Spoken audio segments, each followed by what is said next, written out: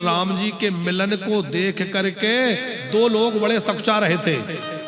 विष्णुदेव जी कौन सकचा रहे थे? एक तो सुग्रीव और एक विभीषण। क्यों? सुग्रीव सोच रहा था कि देखो एक ये भाई है जिन्होंने अयोध्या के साम्राज्य को तिनके की तरह त्याग दिया, पर भाई का प्रेम नहीं छोड़ा, और एक मैं भाई हूं कि राज संपत्ति पाने के लिए मैंने अपने भाई को मरवा दिया। और यही बात विभीषण सोच सोच के गले जा रहे थे कि देखो आखिर जैसा भी था मेरा भाई था, मैंने अपने भाई का साथ ना दिया। मरते मरते रावण ने भी एक बात कही थी, राम तुम विजयी हो गए, इसके और अनेक कारण हो सकते हैं, पर एक कारण यह है कि तुम्हारा भाई लक्ष्मण तुम्हारे साथ था और मेरा भाई मेरे साथ नहीं था, मेरा भाई मेरा साथ छोड़ के चला गया था।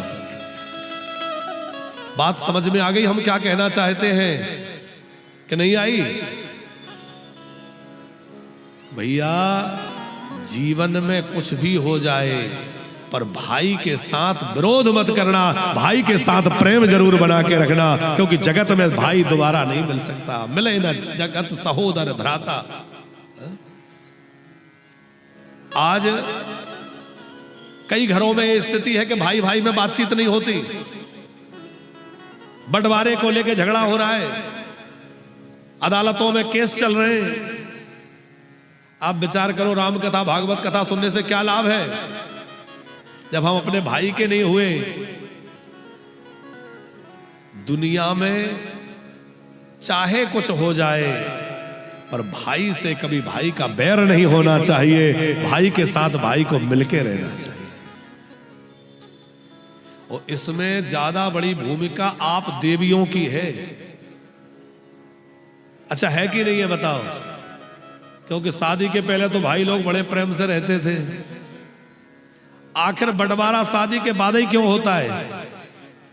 अब आप लोग कहोगे महाराज जी आप तो हमें ही सुनाने लगे।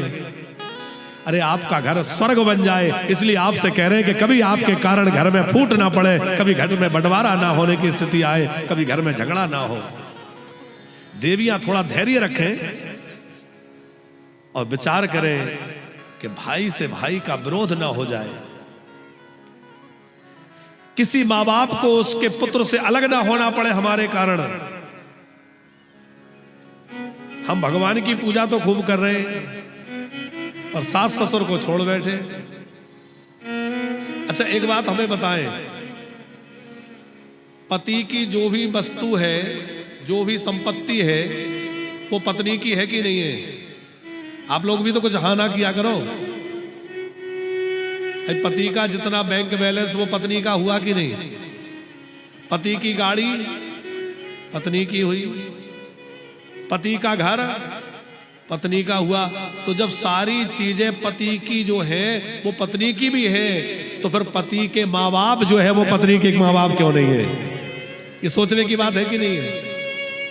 पति की हर चीज तुम्हारी अपनी है और पति के माँ बाप बोलिए तुम्हारे हैं नहीं, पति के माँ बाप भी मेरे माँ बाप हैं। खूब तन मन से उनकी सेवा करें। और ध्यान देना माताओं, आप भले ही व्रत कम कर लेना, हम भागवत के पीठ से बोल के जा रहे हैं, भरोसे के साथ इस बात को समझ लेना। आप भले ही माला कम जप लेना, व्रत कम कर लेना, तीर्थ यात्राएं कम कर लेना, पर अपने बुजुर्ग सास ससुर की सेवा कर लेना। यदि आपने बुजुर्ग सास ससुर को प्रसन्न कर लिया तो सारे तीर्थ आपके घर में प्रकट हो जाएंगे, आपको कहीं जाने की आवश्यकता नहीं है। और जिस घर में बुजुर्ग रोते हैं, उनके आंसू टपकते हैं, वो दुख के लंबी लंबी सांसें लेते हैं, उस घर में कितने भी यज्ञ अनुष्ठान हो जाए, भागवत हो जाए, कछु भी हो जाए, पर उसकी कोई सफलता नहीं है। यदि आप चाहते हैं कि हमारे घर में धन संपत्ति बनी रहे, लक्ष्मी कृपा करे, तो बड़े बुजुर्गों का आदर करो, क्योंकि जिन घरों में बड़ों का आदर सत्कार नहीं होता, उन घरों को छोड़ के लक्ष्मी जी विदा हो जाती है। संपत्ति कदाचित बनी भी रहे पर शांति नहीं रह सकती, सुख नहीं रह सकता। इसलिए अपने घर के बड़ों का भगवान मान के आदर करो। वो हमारे कौन है? वो केवल सास ससुर नहीं है, वो हमारे सीताराम है, हमारे गौरी शंकर है, हमारे परमात्मा है। ऐसा मानकर बुजुर्ग सास ससुर की सेवा करो, बुजुर्ग माँ बाप की सेवा करो। क्योंकि जिस घर में बुजुर्ग दुखी रहते हैं उस घर से देवता ना तो भोग ग्रहण करते हैं और ना पितृ उस घर से तर्पण इत्यादि ग्रहण करते हैं।